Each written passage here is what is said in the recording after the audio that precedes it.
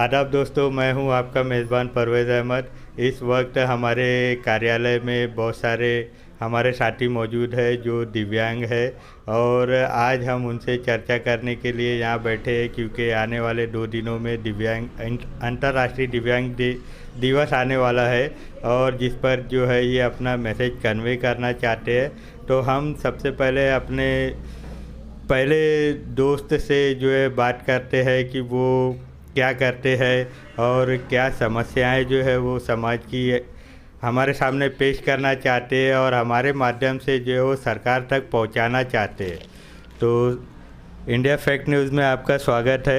सबसे पहले तो आप अपना इंट्रोडक्शन दीजिए, छोटा सी तारुफ करवाइए और फिर उसके बाद में जो है आप दिव्यांगों की समस्या के बारे में बताइए जिसे आप हल करवाना चाहते हैं। मेरा नाम राहुल लेकुरवाले है। मैं तकरीबन 20 साल से इस सोशल फील्ड में हूँ, जो दिव्यांग के लिए काम करते हैं और इसी के साथ में इनके क्रीड़ा एवं सामाजिक स्तर पे मैं जुड़ा हुआ हूँ और इनके जो भी तकलीफ़ें हैं उनके न्याय दिलाने का काम करता हूँ। तो सर्वप्रथम मैं आपने जो सवाल पूछा इसको मैं आगे रखते हुए कहता हूँ कि जो दिव्यांगों को अभी तक जो सहूलियतें मिली है शासन की तरफ से वगैरह, वो अब तक उसका इम्प्लीमेंट नहीं हुआ जो होना चाहिए।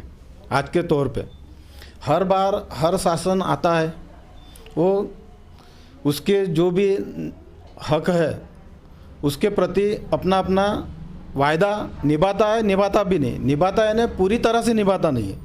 एक पर्ची यानी आदेश निकालता है लेकिन उस आदेश का इम्प्लीमेंट होना चाहिए।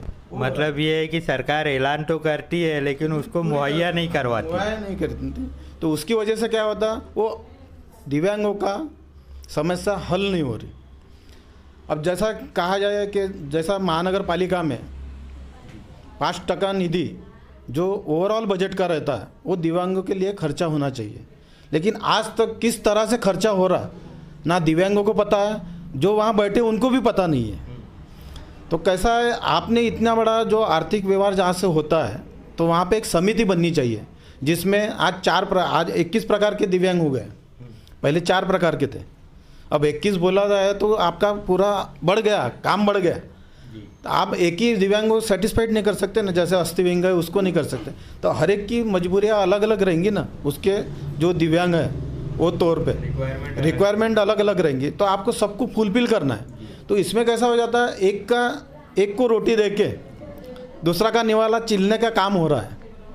यानी कैसा है, जिसकी ये अपनी क्या बोलते हैं उसको ज़्यादा दिखती है, यानी क्या बोलते हैं तादाद दिव्यांगों में, जैसे अस्थिव्यंगों की ज़्यादा दिखती है, बार बार मोर्चा लेके जाना, बार बार चिल्लाना हक के प्रति।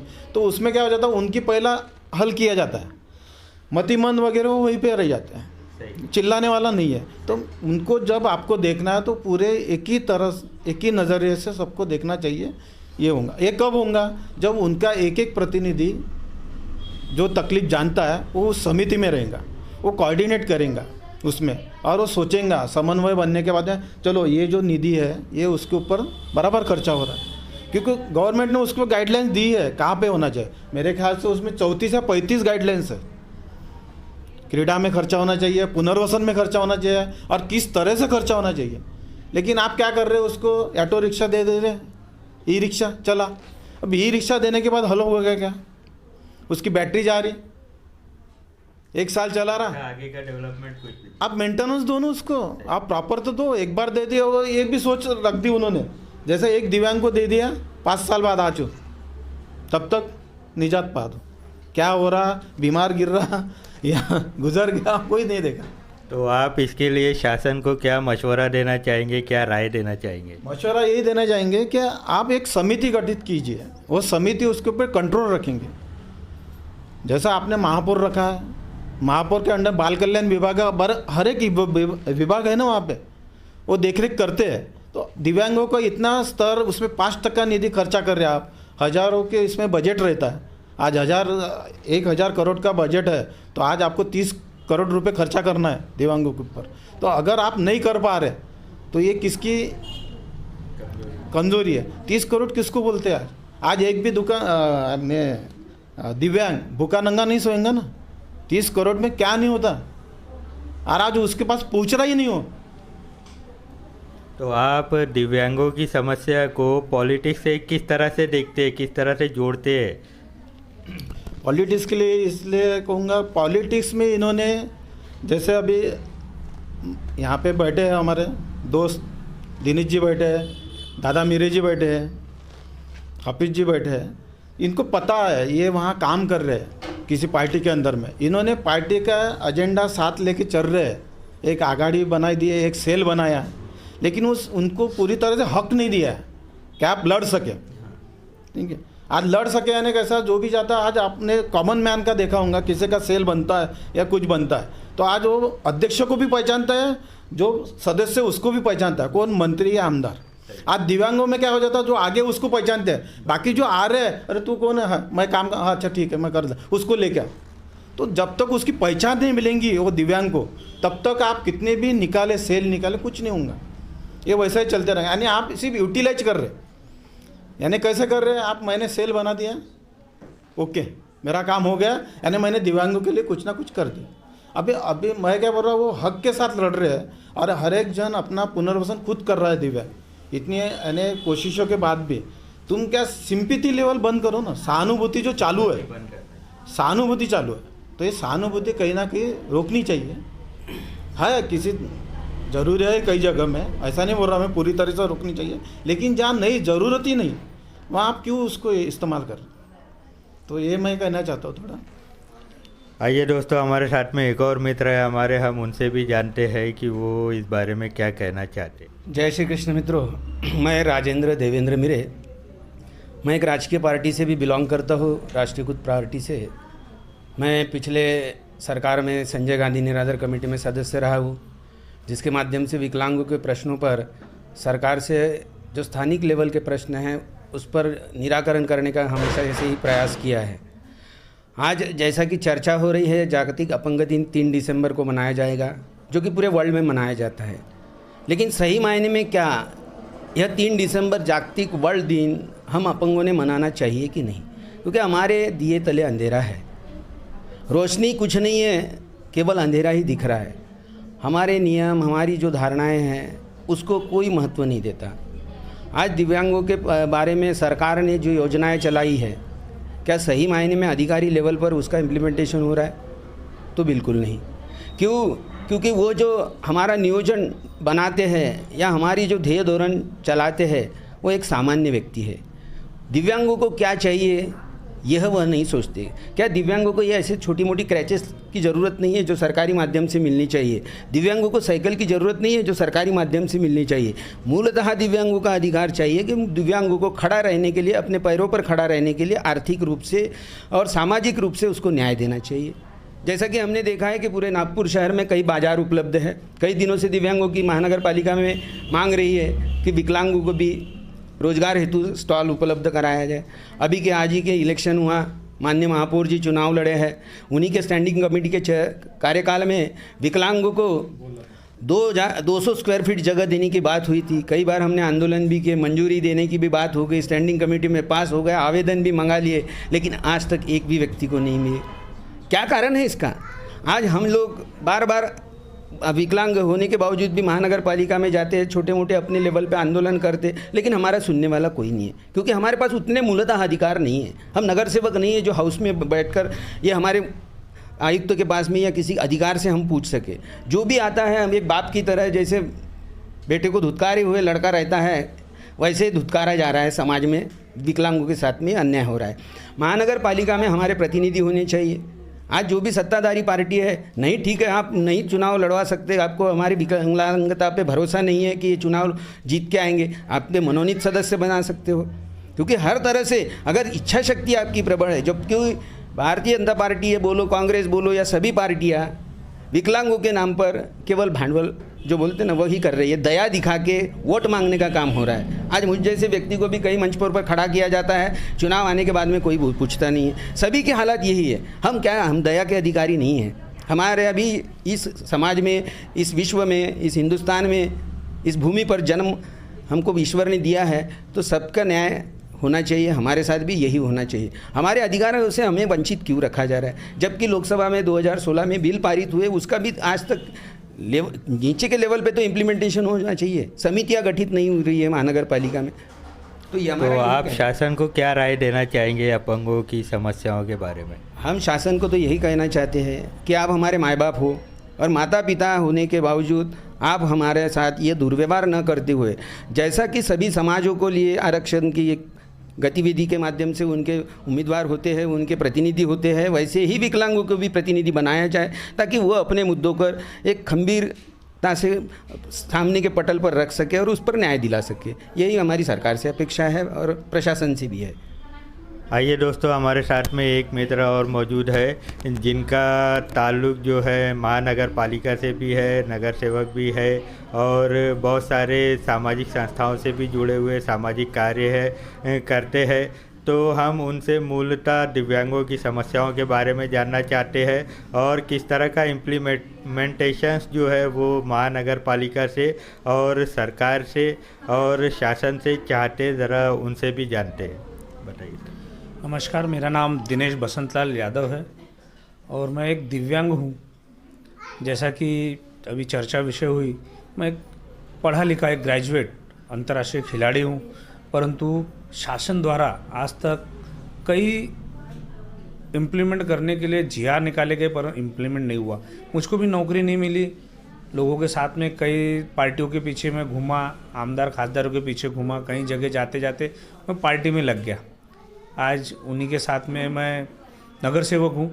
परंतु मैं इतना कहना चाहता हूँ कि जिस तरीके से दिव्यांगों का विकास होना चाहिए, मैं पूरे देश नहीं तो मैं नागपुर के लिए बात करूँगा कि पूरे विश्व में जिस तरीके से विकास होना चाहिए उस तरीके से नागपुर में नहीं हो रहा है।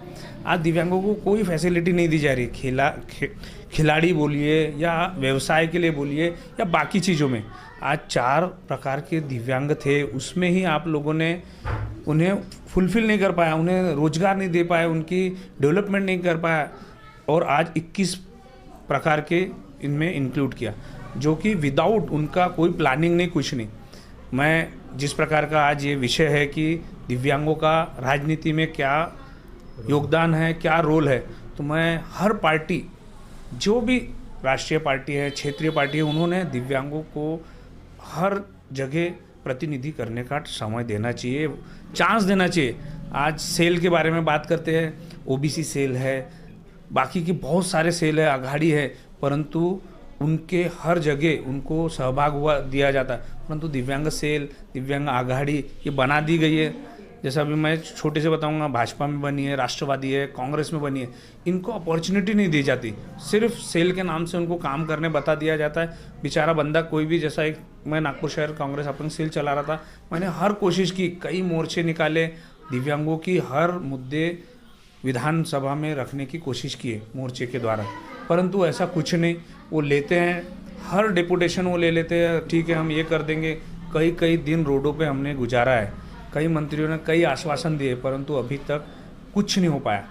उसी से मेरा यही कहना है कि आज मैं ज़्यादा बड़ी बात नहीं, लेकिन राहुल जी को धन्यवाद देना चाहता हूँ, राहुल जी गांधी को, जिन्होंने आज नीचे से युवक कांग्रेस का एक जो कमेटी या इलेक्शन होता है उसमें दिव्यांगों का एक रिजर्वेशन कोटा रखा कि सिर्फ दिव्यांग लड़ेगा।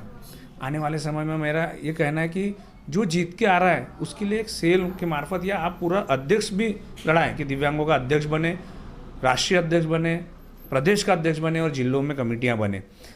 हम हर दिव्यांगों की छोटी मोटी समस्याओं को लेके लड़ रहे हैं। समाज में बाकी लोगों का भी, अब जैसा मैं नगर सेवक हूँ तो बाकियों को भी प्रॉब्लम लेके जाते, परंतु जिस तरीके से आज महानगर पालिका का 32 करोड़ का एक बजट आता है, उसका 5% कम से कम 150 करोड़, 250 करोड़ का है। परंतु आज तक मैं जब से हूँ, मैंने पहले 2 करोड़ 1 करोड़ था, फर्स्ट ईयर में 5 करोड़ रखाया था, पिछले बार में अपन ने लड़ झगड़ के 20 करोड़ रखे। इसमें अपन हाई कोर्ट में पिटीशन डाल सकते हैं, सुप्रीम कोर्ट में पिटीशन डाल सकते हैं कि भैया ये बजट कर रहे हैं लेकिन 5% नहीं। परंतु मेरा ये बोलना है, जब 20 करोड़ तुमने रखे या 5% में से जितना बचा के रखे वो भी खर्च नहीं कर पा रहे। आप देते जन्मदिन एक आध आदमी मंत्री का, एक आध आमदार का, खासदार के जन्मदिन पे आप बैसाखियाँ बांट रहे, डिफेंड हमको एक मशीन बांट रहे, परंतु उनकी ये मांग नहीं है हमको सक्षम बनाइए, हम दिव्यांग खुद अपनी साइकिल ले सके, हम बैसाखी ले सके, एक मुकबधिर बंदा अपनी कान की मशीन ले सके।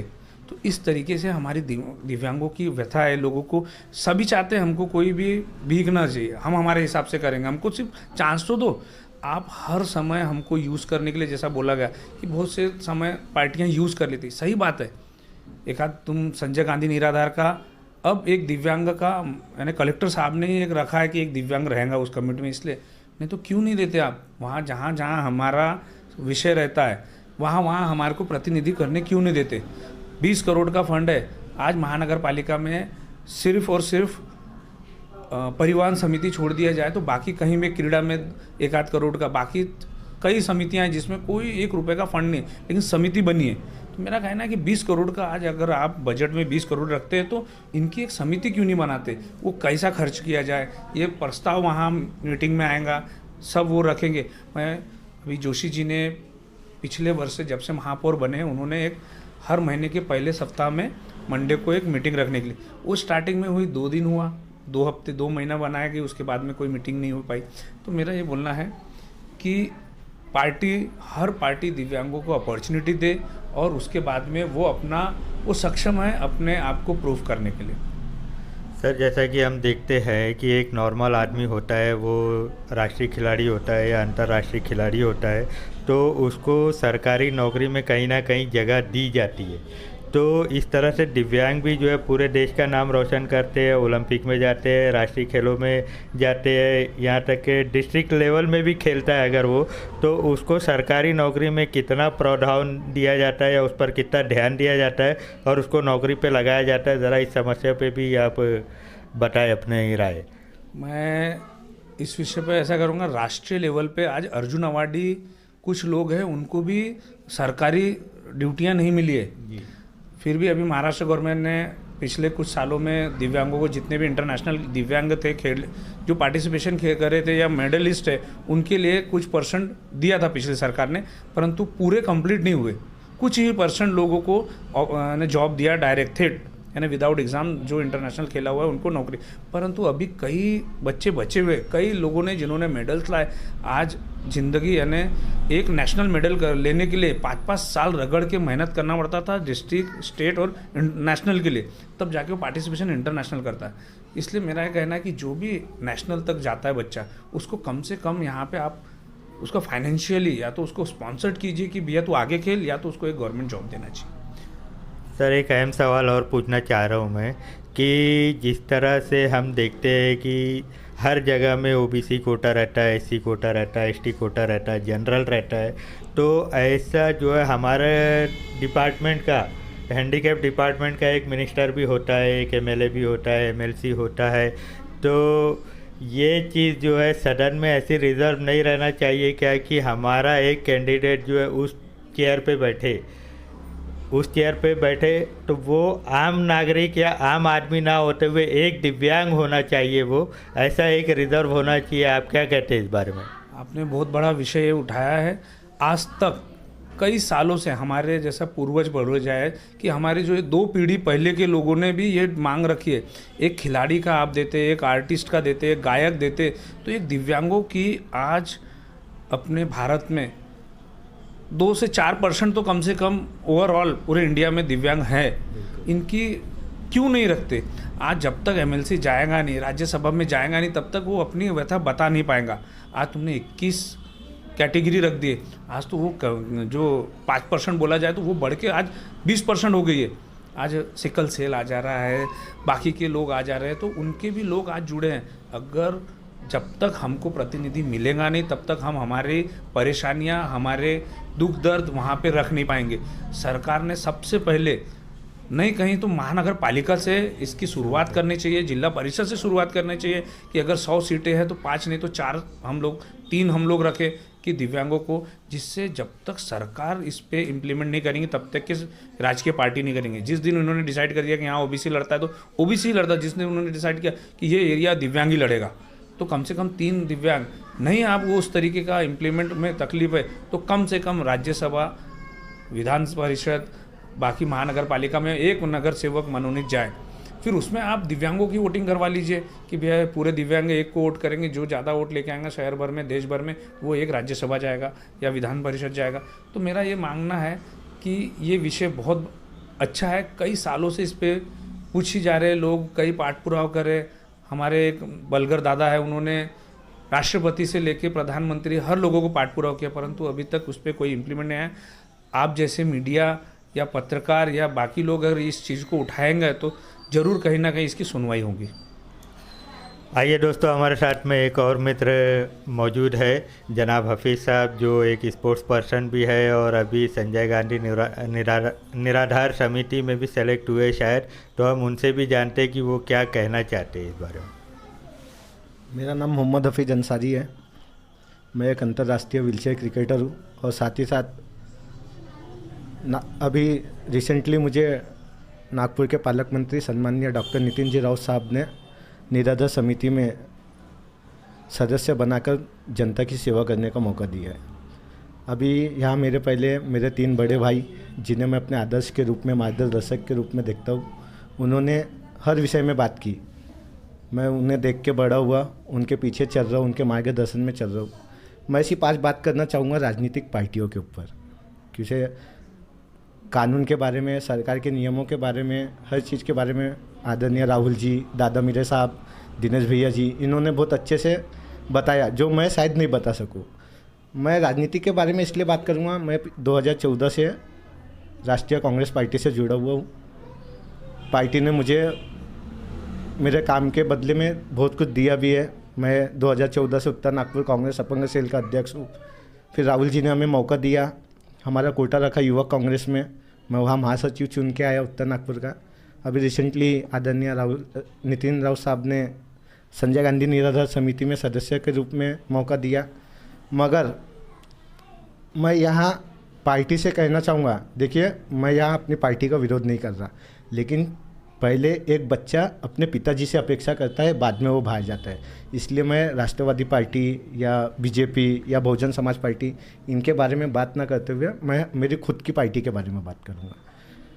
मेरा 2017 में जो नागपुर महानगर पालिका का इलेक्शन हुआ, उसमें पार्टी ने हमारे बड़े भाई दिनेश जी यादव को मौका दी और उन्होंने वो सीट पे जीत के अपनी कामयाबी हासिल की और बताया कि हम हर जगह कामयाबी हासिल कर सकते हैं। तो अगर हम देखा जाए एक नज़रिए से, तो नागपुर शहर कांग्रेस अपंग सेल के लिए पार्टी ने 1 टिकट दी थी और उसका रिजल्ट हमने 100% दिया। तो अब उस हिसाब से देखा जाए तो कहीं ना कहीं हमारी अपेक्षाएं भी बढ़ती है पार्टी से कि हम जब हम 100% रिजल्ट देते हैं तो आपने उसमें कुछ ना कुछ बढ़ाना चाहिए।